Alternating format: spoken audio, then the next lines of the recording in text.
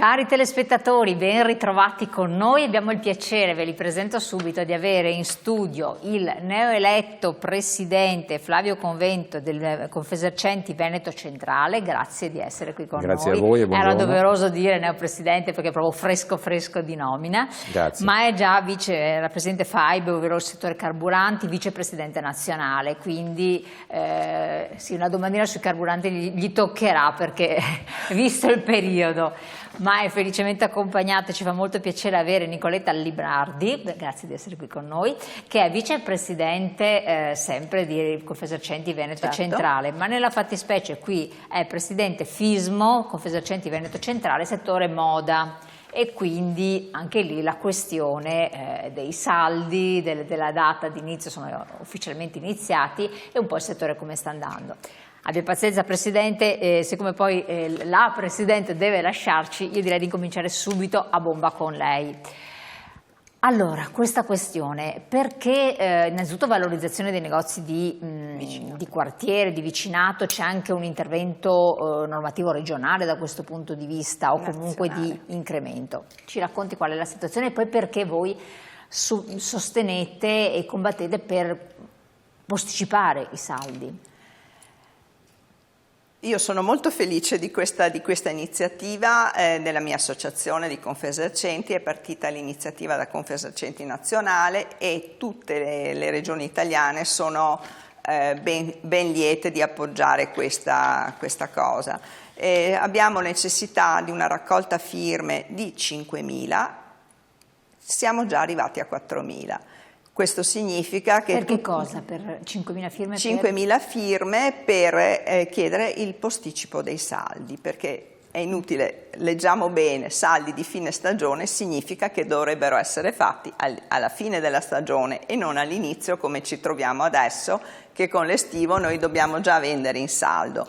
È vero che purtroppo il consumatore finale non capisce neanche più niente la differenza tra saldi, vendite promozionale, perché è un continuo bombardamento, ma ci vorrà proprio una regolamentazione più seria in cui ci saranno, speriamo insomma che poi venga accolta, diciamo che la politica ci sta dando ragione e ci sta ascoltando, e ci sia questo slittamento nella data dell'inizio saldi, per cui si pensa a un fine agosto per l'estivo e un fine gennaio per l'invernale. A livello regionale o a livello nazionale? Nazionale. Ma uno si trova ad andare a Londra, in Spagna, in altri paesi, addirittura ci sono i saldi di Natale. Certo. E i saldi sono già iniziati, tra l'altro, con temperature molto più. E quindi...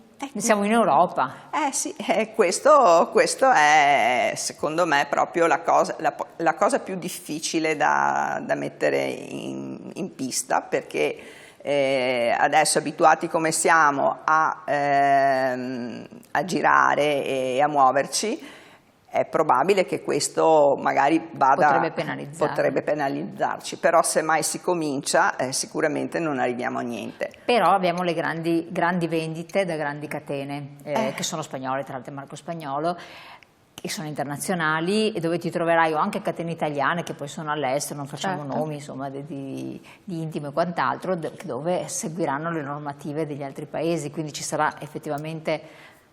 No, se è una normativa nazionale loro devono rispettare la normativa nazionale. No, infatti nel senso che comunque uno basta che vada a farsi un giro magari in Austria o in Slovenia, qua vicino, troverà quella catena presente in quella città che avrà il saldo, prezzo saldato, torna qui.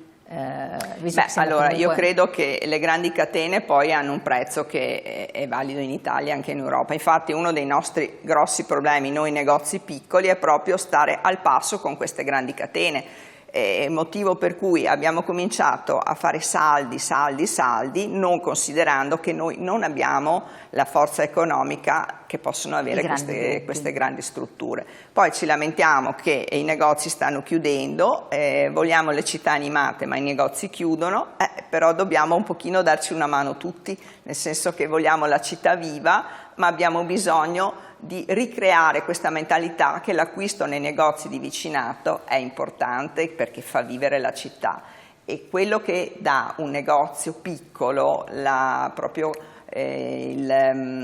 passione del commerciante, ma anche il servizio che adesso siamo disabituati ad avere. Poi ci arrabbiamo quando entriamo nelle grandi strutture che non c'è nessuno che ci segua, però probabilmente bisogna pagare anche un pochino in più, e si avrebbe anche questo. Quindi questo discorso avvantaggerebbe soprattutto i negozi di prossimità, questo posticipo dei saldi? Ma io credo avvantaggerebbe un po' tutti, perché forse le grandi distribuzioni no, perché loro si creano dei prodotti che non costano niente, lo fanno cucire in realtà dove non pagano la manodopera, e già questo, insomma, chiudiamo la parentesi. Credo che avvantaggerebbe un pochino tutti, perché la sofferenza, mi creda, è unanime. Dopo che in quest'ultimo periodo si siano svegliati tanti miei colleghi che fino a 6 mesi fa dicevano no, va bene così, e adesso, mi permetta la polemica, ma mi fa anche un po' arrabbiare, perché sono anni che stiamo lottando e faticando. Infatti prima le stavo dicendo che generalmente il mese di dicembre, che era il mese in cui tutti lo aspettavamo perché era un momento di grande vendita, adesso sta diventando un momento terribile, perché vuoi il Black Friday che c'è già a novembre, che comincia con la promozione a ottobre, le persone giustamente quello possono comprare, non è perché ci sono poi tutte queste proposte possono comprare a dismisura. A dicembre sono già tranquillamente assuefatti dagli acquisti e aspettano magari qualche promozione, qualche saldo ai primi di gennaio, visto che arrivano di solito tra il 3 e il 6 di gennaio. Siamo bombardati veramente. Però è stato istituito anticipato con la logica di favorire, far vendere il più possibile, visto che il potere di acquisto degli italiani ormai sta scemando sempre di più verso il basso, non è che ci sia una stabilizzarsi, un incremento, anzi ne parlavamo prima fuori onda, va tutto in carburante, tasse, bollette, carburante, vedremo quest'inverno il riscaldamento che sarà una roba allucinante, perché già ce l'hanno anticipato, il gas costerà le stelle. Vogliamo sentirlo? Esatto, quindi questo vuol dire tagli sul superfluo, purtroppo per fortuna l'abbigliamento è un superfluo, perché vuol dire che ce n'è, la gente ha potuto comprare, salvo per i bambini. Ma diciamo che si era creata questa mentalità della proposta anticipata, infatti vedi le vetrine estive a dicembre e l'invernale lo vedi già esposto a giugno. Per carità, questo era secondo me un periodo storico che io credo sia anche stato superato, erano le famose fashion victim che dovevano avere assolutamente questi prodotti in anticipo, ma anche loro secondo me adesso si sono un po' stancate, perché è stato un fenomeno. Io credo che la gente normale, quella che visita i nostri negozi, alla fine compri quando ha necessità. E quindi voi siete dell'idea, portiamoli più in là possibile. Sì, certamente. Non mi preoccupo se restano e se arriva. Allora, sappiamo perfettamente che per attirare il cliente dobbiamo proporre uno sconto, cioè perché tu arrivi alla cassa e non c'è nessuno che non si aspetta lo sconto, forse al supermercato non lo aspetti, ma in qualsiasi altra attività commerciale un po' di sconto lo chiedi. Un conto è fare uno sconto del 10% sull'acquisto, e un conto è cominciare a saldare già all'attacco stagione al 30%.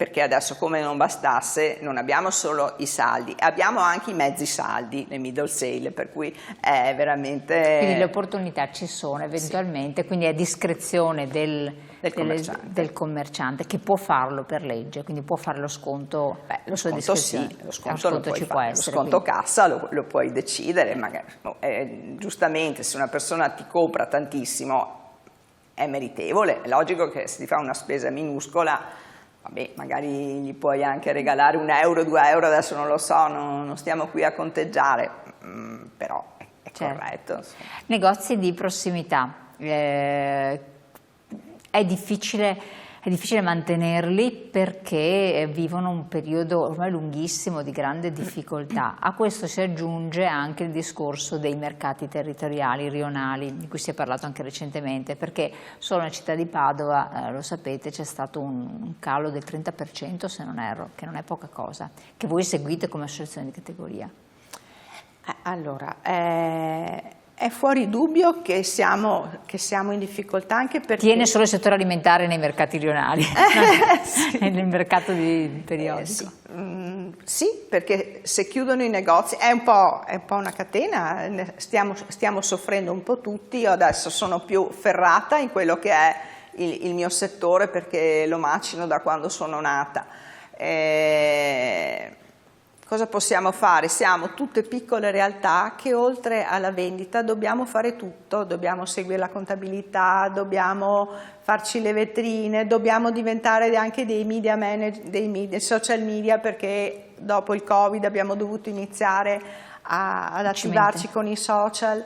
È un po' tanto il lavoro che dobbiamo fare. Scrive un telespettatore o telespettatrice: ragazzi, se non ci fossero i saldi nessuno comprerebbe più, se non lo stretto necessario.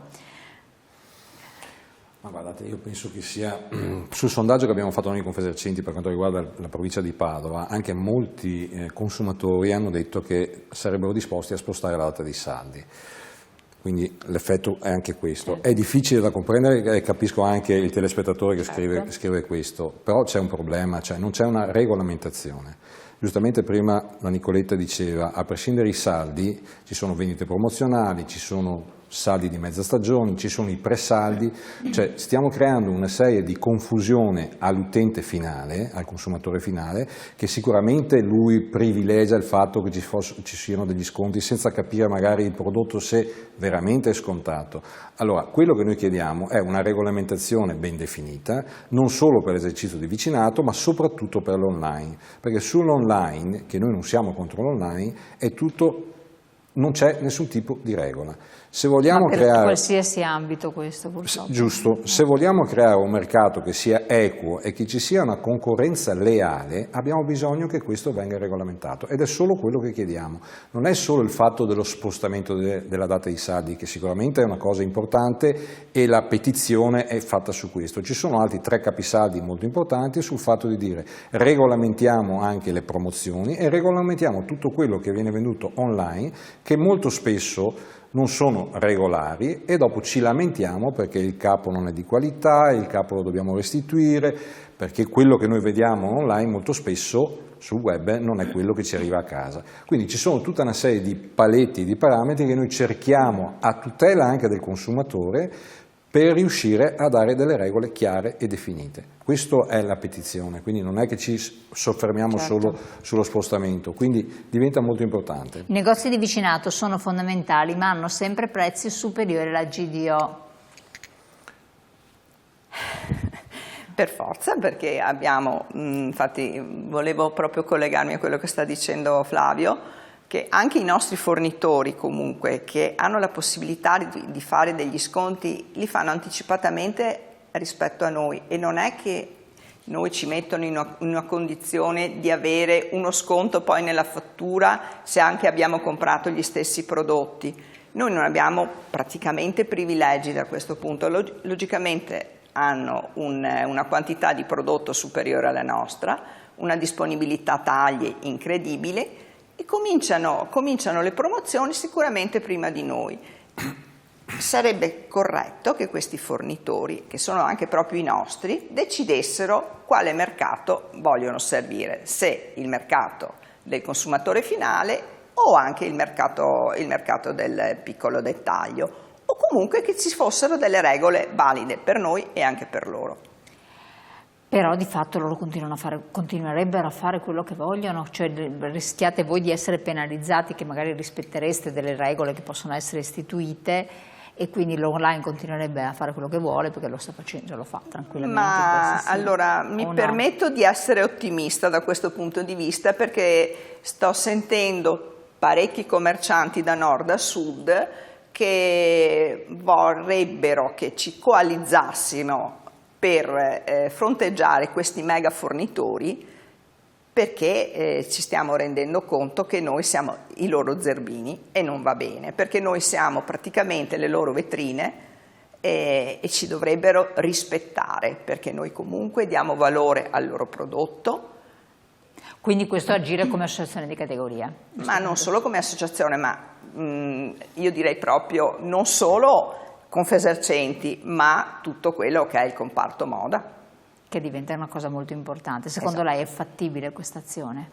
Ma io penso al di là della raccolta firme, chinato. La raccolta firme è per dare anche un segnale di quello che vuole Confesercenti e quello che crede Confesercenti, perché noi partiamo sicuramente da intanto una raccolta firme per un disegno di legge che abbiamo proposto di firma popolare, che magari ne parliamo dopo, e si collega con quello che è la petizione per il negozio di moda, per le vendite promozionali e i saldi, ma perché dopo diventa un bene comune. Cioè, la cosa che è difficile far capire è che nel momento in cui chiudiamo tutti i negozi e passiamo tutto solo online, è quello che succede sempre e si ripete sempre, o passiamo sulla grande distribuzione e quindi il prezzo viene governato dai grandi player, io non sono convinto che troveremo ancora gli stessi sconti o gli stessi prodotti. Cioè, la vivibilità di una città, il benessere che in Italia abbiamo, quindi siamo, a livello peculiare siamo veramente una nazione diversa da tutte le altre, lo è dato anche dai biglietti da visita che diamo nelle nostre città, che sono le nostre attività commerciali del territorio. Quindi diventa un bene comune e dobbiamo viverla così. So che non è facile capirlo, però se non riusciamo a entrare nei meccanismi che, anche se spendo un euro in più, non dico 50 o 100 euro in più, un euro in più, 2 euro in più, quello che necessita per il bene comune, non riusciremo mai a fare questo salto qui.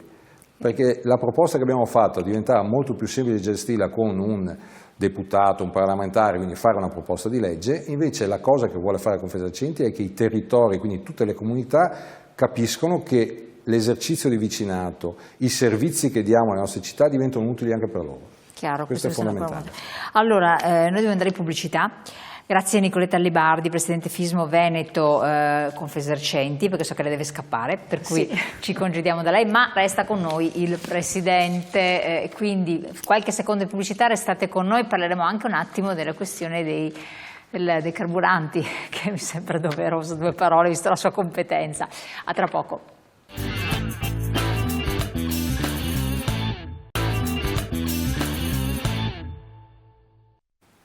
Allora, siamo sempre con l'Associazione Confesercenti del Veneto Centrale, è rimasto con noi il Presidente e stavamo dicendo, da un lato la Presidente che ci ha lasciato moda, ci ha parlato di una raccolta firme, arrivati a 4.000 circa per portare i saldi più in là per queste ragioni che abbiamo appalesato, dall'altra lei ci stava parlando invece di un'altra raccolta firme. Per che cosa? Spieghiamo ai nostri telespettatori. Allora, si uniscono le due cose, proprio per una visione della Confesercenti di cosa vogliamo nelle nostre città e cosa dobbiamo fare per cercare di salvare le nostre città. La proposta è ZES Pro, Zone Economiche Speciali di Prossimità. È una raccolta firme che dobbiamo, per trasformarlo in legge, dobbiamo raccogliere, per proporre in legge, dobbiamo raccogliere circa 50.000 firme a livello nazionale. Questo cosa ci dice? Ci delimitano a livello regionale e anche delle province autonome dei quartieri o delle città che sono in grossa difficoltà e quindi dove si può investire a livello strutturale delle agevolazioni fiscali, delle situazioni economiche di vantaggio perché queste città possono continuare a sopravvivere. E viene fatto soprattutto, e vorrei che si leggesse questo, non solo sotto l'aspetto economico, perché nel momento in cui chiudiamo un'attività commerciale, noi ci auguriamo che il nostro socio, il nostro commerciante trovi lavoro, si chiude una serranda. Sappiamo benissimo, e tutte le amministrazioni ce lo continuano a dire, specialmente sotto campagna elettorale, che i nostri centri storici devono vivere, devono essere vivibili, le attività creano sicurezza e vivibilità nelle nostre città, però se non facciamo qualcosa per tenerle aperte o per tenerle vive diventa un problema e noi stiamo puntando tanto a questo. Quindi anche questa raccolta viene fatta proprio a livello di tessuto delle nostre città, della comunità che deve rispondere a questa richiesta che noi stiamo facendo, che sappiamo che è una cosa molto complicata, perché come le dicevo prima era molto più semplice andare da un parlamentare, da un senatore e chiedere benissimo abbiamo questa proposta di legge da proporre, ce la appoggia e molto probabilmente. E invece il problema deve essere un problema comune, perché è un problema che abbiamo tutti noi, perché nel momento in cui chiudiamo i negozi si tira giù una saracinesca, la città si spegne e c'è una desertificazione. Beh, l'abbiamo visto anche nel territorio di Padova, della provincia, ci sono tantissimi comuni. Dobbiamo fare qualcosa, questa è l'idea che ha Confesercenti. Finché siamo nell'ordine del 10% posso sopportare il maggior costo dei negozi di prossimità, in quanto spesso mi danno un servizio aggiuntivo, oltre assolutamente no. È una legge del mercato, cioè noi sappiamo benissimo che questo dopo è vero, i prezzi devono essere contenuti, dopo bisogna capire un attimino anche il servizio che viene dato, perché molto spesso noi prendiamo nella grande distribuzione, ma senza fare nessuno, perché sono scelte commerciali che giustamente un utente o un utilizzatore sceglie. Certamente su moltissimi negozi di prossimità, negozi dei nostri paesi, abbiamo un servizio e una qualità, e il fatto di mandare fuori il cliente contento e sentirsi a posto con se stessi diventa molto importante. Ha un prezzo anche quello. Tu entri su un negozio, faccio l'esempio della Nicoletta, tu entri, non ci stai dentro 10 minuti, ci stai dentro un'ora, un'ora e mezza e ti serve, in quell'ora e mezza sei tutto per lei. Quindi diventa il servizio quell'aggiunta in più che si paga e va calcolato e va pagato. Nel caso in cui si vogliono fare delle scelte diverse è giusto che ci sia anche un'apertura diversa. Certo, assolutamente. Quindi questo era l'altro aspetto. Invece un cenno mi sembra doveroso relativamente alla situazione dei carburanti. Lei rappresenta la categoria e quanto avevo letto neanche la categoria era particolarmente gioiosa. No, noi purtroppo... Cioè, trovavate anche voi insomma in un momento di impasse. Noi siamo l'ultimo anello del carro, come si dice, no? Quindi sicuramente molto spesso lo abbiamo dimostrato più volte che il prezzo finale del carburante non lo fa il gestore stesso. Sappiamo benissimo che comunque i prezzi così alti danneggiano tutta un'economia, no? Perché l'80% o il 90% delle nostre merci viaggiano su ruote, quindi diventa un problema sociale per tutti quanti. Sabato è finito il decreto delle accise, quindi si sono allineate le accise, quindi giustamente il prezzo è tornato a come doveva essere senza nessun tipo di sconto. Il lunedì successivo le compagnie hanno aumentato di altri 2 centesimi. Perché? Questa è una motivazione che io sinceramente come gestore non posso darla, perché nel momento in cui ci indicano il prezzo noi dobbiamo utilizzare quel prezzo lì. La cosa che ci preoccupa e ci danneggia soprattutto è il fatto che mentre 3 settimane fa o un mese fa il prezzo del petrolio al barile era di 112-118 euro, adesso siamo a 68 euro. $68 a barile. Giustamente dovrebbe scendere, insomma. Lo stesso effetto che avevamo sempre ribadito che ha fatto quando nel momento in cui è stato chiuso lo stretto di Hormuz, che è raddoppiato il prezzo del petrolio e in automatico è aumentato il giorno dopo. Non è successo come avevamo già previsto, al contrario, quindi questo diventa un problema. Ecco, ma anche lì, questa cosa qua, siccome danneggia anche voi, oltre che tutti i consumatori, poi lei rappresenta la categoria commercio, per cui quello che si diceva, il vestito si tramuta in carburante, per dire papale, certo. Papale, è un dato di fatto, oppure spinge le persone a scegliere il pacchetto vacanze, come alcune agenzie dicono, in quella famosa località dove all inclusive ci sto dentro e non tocco più la macchina. Dovreste farvi forza per cercare di capire o fare una raccolta firme per intervenire contro delle forme, se ci sono, di eventuali speculazioni. Allora, o noi no? abbiamo un DDL che abbiamo presentato ancora. La riforma del settore carburante sono 10 anni, 15 anni che non viene fatta una riforma del settore carburante. Negli ultimi 3 anni, insieme con il governo, abbiamo lavorato insieme all'Unione Petrolifera, insieme a Asso Petrolio, abbiamo lavorato per una ristrutturazione e una rimodulazione di questo settore qui. C'è un DDL che è pronto, che qualche mese fa tutti gli attori sul tavolo avevano trovato un accordo e non è ancora stato presentato. È una proposta di legge che riforma il settore, riduce una serie di impianti, perché ricordiamoci che in Italia abbiamo circa 25.000 impianti, quindi un'enormità di impianti, oltretutto non più competitivi e neanche economici, perché vendono molto poco. Questo crea un dispendio di economicità da parte delle compagnie petrolifere per tenere aperti gli impianti, per servire gli impianti e per fare la manutenzione. Questa riformulazione, questa riforma del settore sicuramente potrebbe abbattere in maniera strutturale anche il prezzo finale del carburante. Oltre a questo va aggiunta un'illegalità contrattuale per quanto riguarda il nostro settore e anche un controllo più accurato di quei prodotti che vengono dall'estero. Poco tempo fa a Trento hanno sequestrato non so quanti litri di prodotto che danneggia anche le casse dello Stato. Noi chiediamo una riforma e un DDL che venga approvato quanto prima possibile. È fattibile questo oppure è un'idea, intanto che avete maturato all'interno vostro della categoria, non ha degli appigli effettivi? E poi la riforma dove andrebbe a incidere praticamente? La riforma, per il cittadino che ci ascolta, per comprendere. La riforma andrebbe a incidere su una riduzione degli impianti, una riduzione di costi per quanto riguarda le compagnie petrolifere e quindi di conseguenza una riduzione di costo effettivo sul prezzo della vendita. Perfetto. È un DDL già approvato e già condiviso con anche le compagnie petrolifere, abbiamo bisogno che si faccia quello step in più che chiediamo da diversi mesi. Però di fatto, se lei prima diceva può darsi che ci sia anche una speculazione sotto, che anche tolgano 4 o 5 distributori in giro, se c'è una speculazione non cambia niente alla fin fine, soltanto si troverà uno svantaggio per il cittadino che deve fare benzina e fare qualche chilometro in più. Quell'operazione che noi stiamo chiedendo avrà, secondo i nostri calcoli, circa 10 centesimi di risparmio al prezzo finale. Dopo abbiamo bisogno di capire come mai ci sono queste speculazioni, non possiamo fare noi gestori, noi siamo solo penalizzati perché, come abbiamo detto più volte, abbiamo un margine fisso, nel momento in cui aumenta il prezzo si riducono i consumi, quindi anche il gestore guadagna meno, nel momento in cui invece il prezzo diventa concorrenziale, quindi abbordabile a tutti i consumatori, vendiamo più litri e in automatico il gestore guadagna di più. Quindi noi siamo a fianco dei consumatori, questo è vogliamo essere molto chiari, siamo proprio a fianco dei consumatori perché l'interesse nostro è che il prezzo diminuisca. Il governo o chi per esso deve controllare, fare i controlli necessari per capire qual è nella filiera completa, e non solo il gestore che non comunica il prezzo, nella filiera completa chi sta speculando. Sicuramente non siamo noi. Certo. E lì bisogna cercare di capire e fare dei controlli molto più accurati. Voi rappresentate anche le pompe libere?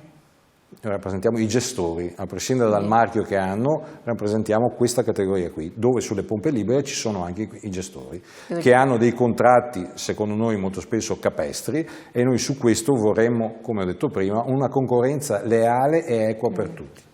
E invece per quanto riguarda le pompe presenti lungo le autostrade, che hanno dei prezzi rilevanti, e il discorso delle accise, che questa è un'altra cosa. Noi abbiamo le accise molto alte, ma sappiamo benissimo che molti governi hanno sempre detto tagliamo le accise e purtroppo sappiamo cosa introitano le accise nelle casse dello Stato, quindi diventa molto complicato. Per quanto riguarda la parte delle autostrade pagano anche un contributo, diciamo, per il fatto che siano autostrade, quindi il prezzo lo troviamo sicuramente più alto. Però anche lì non dipende dal gestore, ma dipende sempre dalla compagnia, perché il gestore può solo esporre il prezzo che è stato consigliato dalla compagnia. Certo. Quello che abbiamo consigliato, ma fondamentalmente è quello che deve essere fatto. Siamo arrivati al termine, solo una battuta, un mandato importante perché Confesercenti Veneto Centrale rappresenta tante realtà. Quale vorrebbe essere il suo intento principale, in 2 parole? Il mio intento principale è quello di essere sui territori, presenti con i nostri soci, capire quali sono le problematiche che abbiamo e che dobbiamo affrontare insieme, ed è la cosa più importante, perché se ci stacchiamo dalla realtà diventa un problema. E quindi il mio mandato sarà quello di essere presente il più possibile, capire un attimino quali sono le problematiche, rappresentarle al meglio. Abbiamo tanti settori che partono dagli ambulanti, che abbiamo parlato prima, e mi dispiace non aver fatto una battuta sugli ambulanti, visto anche l'ultima proposta che aveva fatto il nostro onorevole Bitonci, e moda, gestori carburanti, piccoli alimentari, turismo, che è una cosa molto importante. Magari avremo modo ancora di parlarne più avanti, ben volentieri, perché effettivamente sono categorie che non si sentono a volte sempre ben rappresentate, insomma ce ne sono tante effettivamente che voi comprendete. Presidente, grazie, tanto buon lavoro, e a voi cari telespettatori vedete la puntata su YouTube e sul web, noi ci vediamo presto.